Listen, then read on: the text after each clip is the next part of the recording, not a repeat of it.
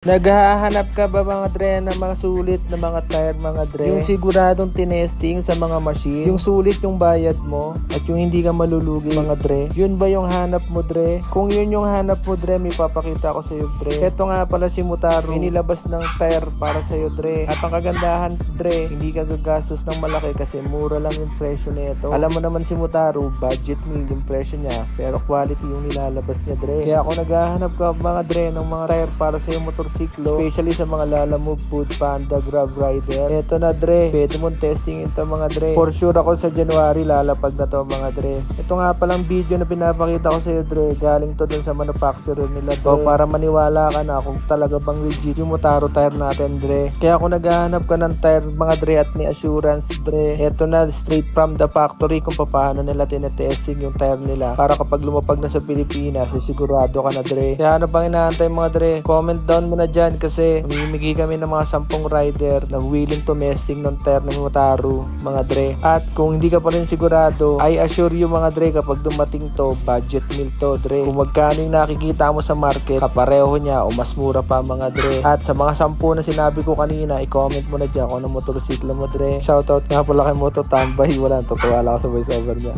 Back to you. Premium na suspension, race power mo na yan.